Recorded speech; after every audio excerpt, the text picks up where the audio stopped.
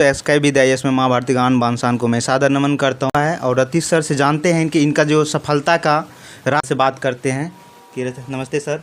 जी नमस्कार। ढेर सारी बधाई कि आप अपने बारे में बताइए सर। मैं Ratheesh Kumar from Begusarai Bihar. BPSC 67th BPSC में मेरा 72 रैंक है। श्रम अधीक्षक लेबर सुपरिटेंडेंट मिला है मुझे।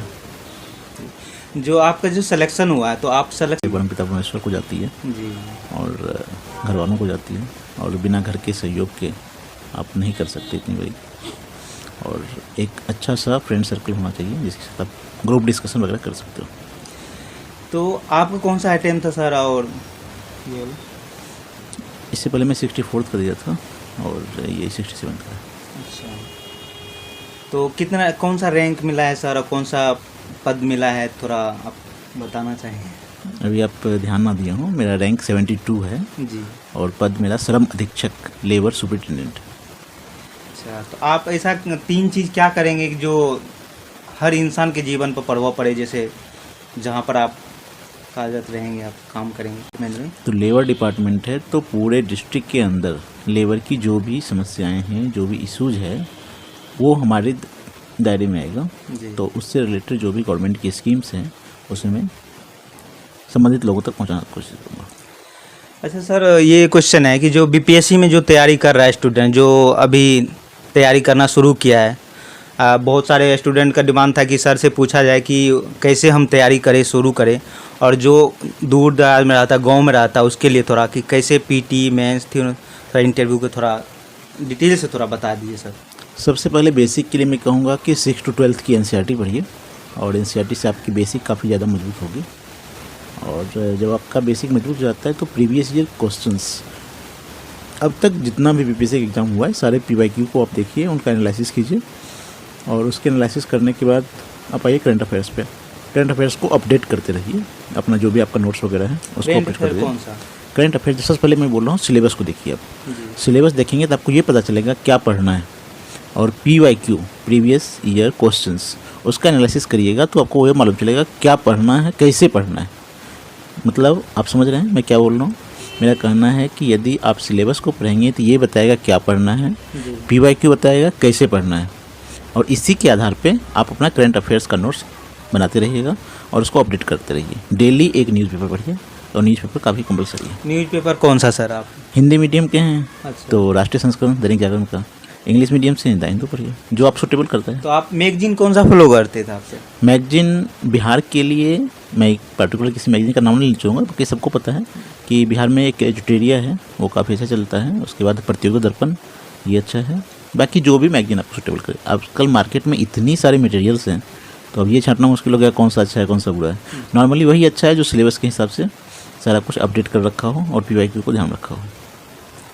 जैसे बच्चा तो तैयारी करना शुरू कर देता है, मगर वो पढ़ते रहता है, आंसर राइटिंग नहीं करता है, तो आंसर राइटिंग का कितना मतलब सक्सेस में योगदान है, थोड़ा बताइए। आंसर राइटिंग काफ़ी ज़्यादा कंपलसरी है, और मेंस सब कुछ आंसर राइटिंग पे ही है। और जब तक आपकी राइटिंग स्किल्स अच्छी नहीं होगी, मार्क्स अच्छे नहीं आएंगे। एग्जाम्पल के मैं बताऊँ तो अभी जो रिजल्ट आया था 67th का, मेंस में मेरे 511 511 मार्क्स थे, और हमसे कम नंबर वालों का उनके इंटरव्यू में काफ़ी अच्छे नंबर थे, रैंक उनकी काफ़ी अच्छी आई थी। मेरा इंटरव्यू में एवरेज मार्क्स था। अच्छा। टोटल मेरे नंबर थे 586 जी। और 586 और 590 मार्क्स में, जिसका 590 मार्क्स था और मेरा 586 था, इस दोनों के बीच में रैंक का लगभग 10-15 रैंक का डिफरेंस है। मेरा 72 रैंक है। तो मैं ये कहना चाह रहा हूँ कि यदि आपके मेंस में अच्छे नंबर हैं तो आपका नाम सिलेक्शन लिस्ट में है, और यदि मेंस में अच्छे नंबर नहीं हैं तो काफ़ी ज़्यादा स्ट्रगल करना पड़ेगा सिलेक्शन लिस्ट में आने के लिए। इंटरव्यू का मार्क्स इंपॉर्टेंट होता है रैंक ऊपर नीचे के लिए, लेकिन यदि आपके मार्क्स रिटर्न में काफ़ी अच्छे हैं तो आप श्योर रहिए आपके नंबर लिस्ट में आएंगे, आपका नाम लिस्ट में दिखेगा। और उसके लिए हम क्या करें, मेंस के लिए है कि डेली आप वही है ना, कुछ भी कीजिए लेकिन लिखिए, एक क्वेश्चन जरूर लिखिए, डेली आप एक क्वेश्चन। मेंस के क्वेश्चन कहाँ से उठाते थे? जैसे आप पीवाईक्यू बोल रहा हूँ, ज़्यादा इधर उधर नहीं जानना है, पीवाईक्यू को जाइए। और आपको लग रहा है कि नहीं हमारा टाइम मैनेजमेंट में दिक्कत है, लग रहा है कि मैं नहीं लिख पा रहा हूँ, कोई ऐसा नहीं है जो मोटिवेट कर सके, जो भी कोचिंग आपको अच्छी लगे आप उसको ज्वाइन कर लीजिए। कोचिंग नहीं है, कोई मेंटरशिप, किसी सीनियर की मेंटरशिप के अंदर लिखिए आप, बट लिखिए। कैसे लिखना है, क्या लिखना है वो समय बताएगा, बट लिखिए आप, पहले लिखना शुरू कीजिए एटलीस्ट। डेली एक क्वेश्चन प्रैक्टिस कीजिए, नहीं समझ में आ रहा है PYQ उठाइए, PYQ क्वेश्चन को लिखिए आप। अच्छा, सफलता की राज यही है कि लिखना ही सबसे ज़रूरी है। लिखना जिस आप कब से मतलब तैयारी कर रहे थे मतलब?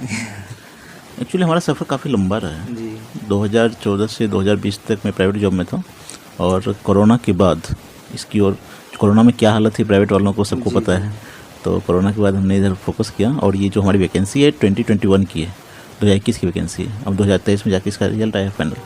जो भी इससे अवेयर होंगे उनको पता होगा कि उस पहले PT हुआ, फिर कैंसिल हुआ, फिर कोर्ट कचहरी का चक्कर, फिर जाके मेंस हुआ, मेंस में भी साल भर हो गए, अभी जाके रिजल्ट फाइनल मेंस का रिजल्ट आया था, फिर उसका इंटरव्यू हुआ, इंटरव्यू का रिजल्ट आपके सामने। जैसे प्राइवेट जॉब से छोड़ के मतलब प्राइवेट जॉब छोड़ के मतलब ऐसा क्या कहाँ से मोटिवेशन मिल गया कि आपको कि सोचे कि हम BPSC में ही जाना चाहते हैं, मतलब प्राइवेट करके छोड़ दिया आपने?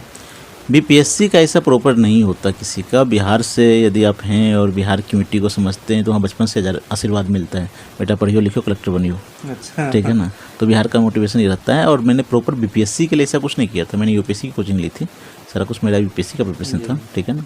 और कोरोना के टाइम का हर कोई, सबको पता है कोरोना में क्या हालत है, ठीक है ना। आप यदि गवर्नमेंट जॉब में हैं तो एक फाइनेंशियल सिक्योरिटी होती है, प्राइवेट जॉब में सबकी स्थिति सबको पता है, ठीक है ना। और बेरोजगारी का आलम तो सबको पता ही है, इसमें कुछ कहने वाली बात तो है नहीं। बात सही, ये तो बात सही आप बताएं कि इसमें जॉब मिल जाता तो बहुत चीज़ आप दूसरे के समाज के लिए भी बहुत कर सकते हैं। मतलब ऐसा आप कुछ ऐसा था कि हम दूसरे के लिए कुछ भलाई काम कर सकते हैं, मतलब ऐसा कोई मोटिवेशन था कि वैसे ही? नहीं, मोटिवेशन तो है, बिल्कुल मोटिवेशन है, और भलाई का काम करना ही करना है।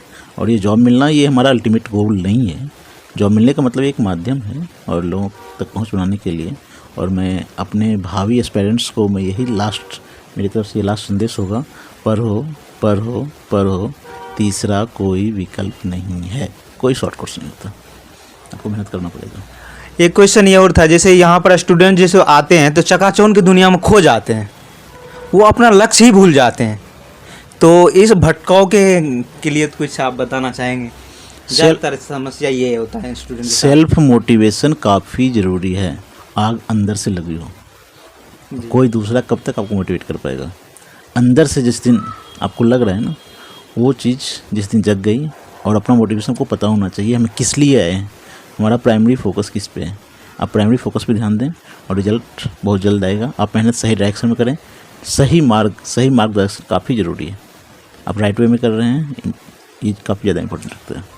कितना स्टूडेंट को होता है कि जैसे वो प्रॉपर तैयारी अच्छा तो कर रहा है, मुझे उनको पता ही नहीं कि मैं सही कर रहा हूँ गलत कर रहा है, लगाया हुआ है। इसीलिए मेंटरशिप की ज़रूरी होती है। मैं वही बोल रहा हूँ, यदि मेंटरशिप आपको लग रहा है कि हमें प्रॉपर नहीं मिल रहा है तो किसी प्रॉपर कोचिंग के गाइडेंस में कर लीजिए, किसी सीनियर की गाइडेंस में कर लीजिए। कुछ नहीं दिख रहा है, PYQ को उठाइए और उठा के आप मिलाइए। आजकल ऑनलाइन का ज़माना है, हर चीज़ अवेलेबल है। आप जाइए ना डिफरेंट साइट पे, क्वेश्चन पूछिए किस चीज़ से रिलेटेड क्वेश्चन है, पॉलिटी से रिलेटेड है, आप देखिए पॉलिटी वाले सेक्शन। और यदि आपको ज़्यादा करंट अफेयर्स में बहुत ज़्यादा रुचि आ रही है, संसद TV है, उनके सारे प्रोग्राम्स को देखिए आप, काफ़ी ज़्यादा इंपॉर्टेंस है। पहले हमारे टाइम में राज्यसभा TV करके था, अब संसद TV है वो, उसको देखिए उनके प्रोग्राम। आपको और ज़्यादा डीपली आपको एनालिसिस करना है, आप कुरुक्षेत्र को देखिए, योजना मैगजीन को देखिए, योजना वगैरह जो आती है हिंदी मीडियम इंग्लिश में दोनों में आती है, जो आपको सुटेबल लगता है। तो कुल मिला के यह है कि अपने आप को अपडेट करना है और लिमिटेड सोर्स रखिए, बहुत ज़्यादा अवॉइड करने से भी दिक्कत आती है। थोड़ा जैसे एक तो बात ठीक है, जैसे बच्चे जो है ना, जैसे इंटरनेट पर जाते हैं और भटक जाते हैं, रील पर चले जाते हैं, इसके लिए आप क्या कहना चाहेंगे सर? एक्चुअली थोड़ा सा ये डिस्ट्रैक्शन तो है, और हाँ ठीक है, यदि आप उसके लिए आप टाइम लिमिट कर रहे हैं, आप बोल रहे हैं कि मतलब ठीक है शाम को रखिए, किसी टाइम रखिए, आप फिक्स कीजिए ना, आधा घंटा मैक्सिमम 1 घंटा, ठीक है ना, इससे ज़्यादा नहीं। अपने आपको थोड़ा सा शेड्यूल करना होता है अपने टाइम का। टाइम मैनेजमेंट ही सक्सेस का मेंजर है, और टाइमिंग बहुत ज़रूरी है, मतलब आपकी लाइफ में भी समझ रहे, टाइमिंग का काफ़ी ज़्यादा इंपॉर्टेंस है, और इस टाइमिंग को आप ध्यान रखिए। अच्छा, ये आपने कौन कौन सा सोर्स थोड़ा फॉलो किए, थोड़ा बता देंगे तो सही रहेंगे हम लोग। सोर्स के लिए, PT के लिए जो PYQ है, हिस्ट्री का पोर्शन लगभग क्वेश्चन रिपीट होता है, आप उसको देखिए। पॉलिटी वाला सेक्शंस, हिस्ट्री का कौन सा बुक, हम बुक भी बता दीजिए। आप ज़्यादा बुक्स पे मत जाएं। यदि बुक्स पे जा रहे हैं तो आप जो सारा लोग पढ़ता है वही स्पेक्ट्रम, ठीक है ना, सब पढ़ते हैं, हमने भी BPSC पढ़ता के लिए? हाँ, BPSC का अलग से ऐसा कुछ नहीं है। नॉर्मली लोग यूपीएससी की तैयारी करते हैं, यूपीएससी का सिलेबस काफ़ी वाइड है और उसका एक हिस्सा पड़ता है बीपीएससी का सिलेबस, ठीक है ना। और बीपीएससी आज जो है सो मॉडिफाइड होके अपने आप यूपीएससी की तरफ ही मुड़ रही है। जैसे पहले एसए का वहाँ इंपॉर्टेंस उतना नहीं था, सामान्य हिंदी वाले पेपर में आता था, आज एसए का अलग से 300 नंबर का पेपर है। ऐसे ही डिसाइड कर रहे हैं सब? बिल्कुल डिसाइड कर रहा है, 300 नंबर ऑप्शनल का स्थान ले रखा है एक तरह से, तो 300 नंबर का है ऐसे, तो आप डेली एक ऐसे लिख लीजिए, डेली नहीं लिख पा रहे सैटरडे संडे को लिखिए, ठीक है ना। मेनली यही है राइटिंग, आप राइटिंग के लिए 1 घंटा डेली फिक्स कर लें। और पीटी में ज़्यादा डर लग रहा है तो पीटी के लिए प्रैक्टिस सेट बनाइए, आप जितना प्रैक्टिस सेट बना सकते हैं, एक कॉन्फिडेंस आएगा, टाइम मैनेजमेंट होगा। और जब पीटी और मेंस जब पास करेंगे तो इंटरव्यू के लिए मॉक इंटरव्यू हमारे दिल्ली में लगभग सारी कोचिंग कराती है, ठीक है ना, तो वहाँ से कॉन्सेप्ट पर बिल्डअप होगा। जैसे आप वहाँ पर जो आपने इंटरव्यू देने के लिए गए थे तो वहाँ पर कोई ऐसा कोई क्वेश्चन किया होंगे तो जो आपको याद हो, बताना चाहें ऐसा? एक्चुअली हमारे बैच में इंटरव्यू काफ़ी बहुत कम समय मिला था, 10-15 मिनट, 10 से 15 मिनट का टाइम था एवरेज। मेरा बोर्ड था, दीप्ति मैम का बोर्ड था और मेरा ऑप्शन सोशलॉजी रहा है, तो मोस्टली करंट अफेयर्स थोड़ा बहुत और सोशलॉजी और मेरे एजुकेशनल बैकग्राउंड से रिलेटेड क्वेश्चन ज़्यादा थे। और सोशल नेटवर्किंग जैसा भी आप पूछ रहे थे, सोशल नेटवर्किंग की वजह पे भी क्वेश्चन था कि किस तरह से ये इंपॉर्टेंस है, कैसे आज के एडमिनिस्ट्रेशन में इसका यूज़ कर सकते हैं, एक ब्यूरोक्रेट्स को इसको कैसे मैनेजमेंट करना चाहिए। तो कुल मिला के फाइनली ये कि इंटरव्यू में भी आप मैनेजिंग, ठीक है ना, टाइम मैनेजमेंट, टाइमिंग मैं बोल रहा हूँ ना, टाइमिंग आपको क्या आता है ये डजंट मैटर, उसने जो पूछा वो आपको आता है या नहीं आता है, ये चीज़ लागू होता है, तो टाइमिंग का थोड़ा ध्यान रखना पड़ता है। आपने ये भी सर बताया कि जैसे आपका जो नंबर कम आया था इंटरव्यू में, तो ऐसा क्या रीज़न हुआ कि जैसे पर्सनैलिटी लेके या कैसे, मतलब किस नंबर मैं कम नहीं कर सकता हूँ, मेरा नंबर एवरेज है, क्योंकि हमसे कम नंबर वाले, मेरे 75 मार्क्स थे, तो हमसे कम मार्क्स वालों का 64 है जिनका, उनका भी सिलेक्शन हुआ है, 68 वालों का भी सिलेक्शन हुआ है, और 95 96 हाईएस्ट गए हैं तो उनका भी सिलेक्शन है। और बहुत सारे बच्चों का आप रिजल्ट आप जाकर देखिए, मार्कशीट का एनालिसिस कीजिए जाके, बहुत सारे बच्चे जिनके 94 मार्क्स हैं, 90+ मार्क्स इंटरव्यू में, फिर भी उनका सिलेक्शन नहीं हुआ है। कारण साफ है कि उनके मार्क्स मेंस में कम होंगे। और उठा के आप देख लीजिए जा कट ऑफ आप जो देखिएगा, जो मेंस में जो मार्क्स का कट ऑफ है और इंटरव्यू में जो फाइनल कट ऑफ है, इस दोनों के बीच का डिफरेंस देखिएगा ना, तो डिफरेंस मिनिमम आपका 80+ का है, किसी कैटेगरी में 85 का है, किसी कैटेगरी में 100 अप्रॉक्स का है। तो इतना ज़्यादा कट ऑफ का डिफरेंस ये दिख रहा है, तो जाहिर सी बात है जब तक आपके मेंस में मार्क्स अच्छे नहीं होंगे, सिर्फ इंटरव्यू के बल पे थोड़ा सा डिफिकल्ट ज़्यादा होता है। जैसे मान लीजिए लास्ट कट ऑफ, बस एग्जांपल के लिए बता रहा हूँ मैं कि लास्ट कट ऑफ यदि हमारा मेंस का है 400 और फाइनल सिलेक्शन का कट ऑफ है 490, इसका मतलब क्लियर है कि हमें 90 नंबर चाहिए। यदि हमारे 89 मार्क्स हैं तब भी हमारा नहीं हो रहा। यदि हमारे पास नंबर मैंने मेंस में ही ला रखे हैं 450 नंबर, तो उस केस में हमारे पास 40 नंबर होंगे तो भी हमारा सिलेक्शन हो जाएगा। तो मेरे कहने का मतलब यही है कि सबसे ज़्यादा फोकस मेंस में किया जाता है और मेंस में करना भी चाहिए, ताकि वही आपको फाइनल सिलेक्शन दिलाएगा और एक राइटिंग स्पीड आपकी ठीक ठाक होगी। और जो बच्चे नेक्स्ट आएंगे 17th वाले 17वीं के लिए, वो तो पीटी पे ध्यान दें थोड़ा सा, क्योंकि अभी टाइम है उनका 30 सितंबर को है। अभी जो 68th का जिनका इंटरव्यू चल रहा है, मैं उनको ये कहूँगा जितना ज़्यादा से ज़्यादा आप मॉक दे सकते हैं उसमें दीजिए, और एक एक्सपेक्टेड क्वेश्चन का आप फ्रेमिंग कर लीजिए कुछ क्वेश्चंस का। इंटरव्यू जिनका भी चल रहा है 68th का अभी चल रहा है, अभी से नोटिफिकेशन आया उनका होगा, तो उनके लिए यही है कि आप जितना मॉक दे सकते हैं और अपने एजुकेशनल बैकग्राउंड को, एजुकेशनल बैकग्राउंड किस में आपका है उस पर ध्यान दीजिए, और जो आपका ऑप्शनल है उस पर ध्यान दीजिए, और जो करंट अफेयर्स है, करंट अफेयर्स का काफ़ी ज़्यादा इंपॉर्टेंस है। और करंट अफेयर्स में जब तक आप अपडेट नहीं रहेंगे, जो क्वेश्चन हो सकता है, अभी हाल ही में चुनाव वगैरह हुए हैं, हो सकता है क्वेश्चन आपका वहाँ से बन सकता है, ठीक है ना। तो 68th वालों का ये है कि मॉक इंटरव्यू पर ज़्यादा फोकस करें और थोड़ा पर्सनालिटी ग्रूमिंग पे ज़्यादा फोकस करें। ऐसे नॉर्मली आपका 10-15 मिनट में कोई आपका क्या जजमेंट कर पाएगा, लेकिन बट ये है कि वही आपका क्रूशियल पॉइंट है, आपके लिए काफ़ी ज़्यादा इंपॉर्टेंट है, जो कि आप पीटी पास कर चुके हैं, मेंस पास कर चुके हैं, इंटरव्यू आपको फेस करना है। तो इंटरव्यू वालों के लिए ये 68th वालों का है। 69th वालों के लिए मैं ये कहूँगा कि आप जितना सब कुछ छोड़ छाड़ के लिखिए, क्योंकि वहाँ राइटिंग एक भी क्वेश्चन आपका छूटना नहीं चाहिए, सारे क्वेश्चन को आप लिखिए। और सिर्फ लिखना नहीं है, क्वालिटी इंप्रूवमेंट। अब जैसे आप इंट्रो पे थोड़ा सा मेहनत कीजिए और कंक्लूजन वाले पार्ट पे थोड़ा मेहनत कीजिए, और बीच बीच में यदि क्या हमें लिखना है, मटेरियल क्या होने चाहिए, मटेरियल आपके अच्छे हैं तो मार्क्स अच्छे मिलेंगे। जैसे घर बना रहे हैं, मटेरियल अच्छा है तो अच्छा घर बनेगा, ठीक है ना। तो मेंस वालों के लिए मेरा यही सलाह है, जितना लिख सकते हैं आप लिखिए। टाइमिंग मैनेजमेंट काफ़ी इंपॉर्टेंट है, राइटिंग प्रैक्टिस काफ़ी ज़्यादा इंपॉर्टेंट है। शुरू में हम लोग भी लिख रहे थे तो ये पूरा पीछे से लग जाता है, ठीक है ना। तो ये सब लग भी रहा है, आपका हाथ भी थोड़ा लग रहा है टेढ़ा जैसे। तो मतलब ज़्यादा से ज़्यादा आप लिखिए, लिखने का प्रैक्टिस मेंस वालों के लिए। पीटी वालों को मैंने बोला आपके पास पूरा टाइम है, 17th वालों के लिए काफ़ी टाइम है, 30 सितंबर को डेट शेड्यूल कर दिया है। तो कुल मिला के मेरा फाइनल सलाह यही है, लास्ट में यही कहूँगा, आप मेहनत कीजिए, मेहनत प्रॉपर राइट डायरेक्शन में होना चाहिए। तो आपका ऑप्शनल कौन सा विषय था सर? मेरा ऑप्शन सोशोलॉजी था। सोशोलॉजी। तो क्योंकि आप तो ऑप्शनल का तो ज़्यादा क्वालिफाई कर दिया, तो फिर आप नहीं, हमारे टाइम में क्वालिफाई नहीं था। हमारे टाइम में मार्क्स थे उसके 7th वाले बैच में मेरे मार्क्स 202 हैं, वन ऑफ द हाईएस्ट है। तो शायद 205 के आसपास होंगे, तो वन ऑफ द हाईएस्ट है। 200 प्लस सोशोलॉजी में बहुत कम बच्चों को हैं, तो उसमें एक हमारे भी हैं।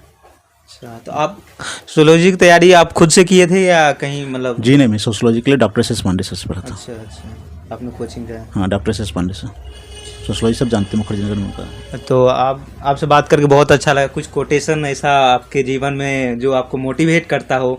हर इंसान के जीवन में होता है कोई ऐसा कोई कोटेशन जो उनको हरदम मोटिवेट करता है, जब भी उनको निराशा आता है, जब भी देखता है कि उनके जीवन में निराशा थोड़ा आता है तो वो कोटेशन दोहराए। आपके जीवन में ऐसा कोई कोटेशन है तो थोड़ा बताइए। इस मामले में मैं थोड़ा उलट हूँ और काफ़ी ज़्यादा उतार चढ़ाव के दौर से गुजरा हूँ।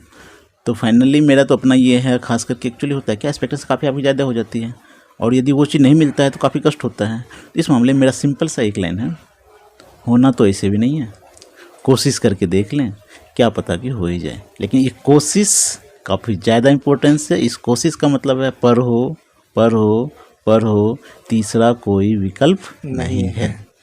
All the best, thank you. Thank you sir, आपसे बात करके बहुत अच्छा लगा। कहते हैं सफलता की चाह उतनी ही गहरी होनी चाहिए जितनी कि पानी में डूबने वाले इंसान को हवा की आवश्यकता होता, ना कि उससे ज़्यादा ना कि कम। Thank you so much. जय हिंद, जय भारत।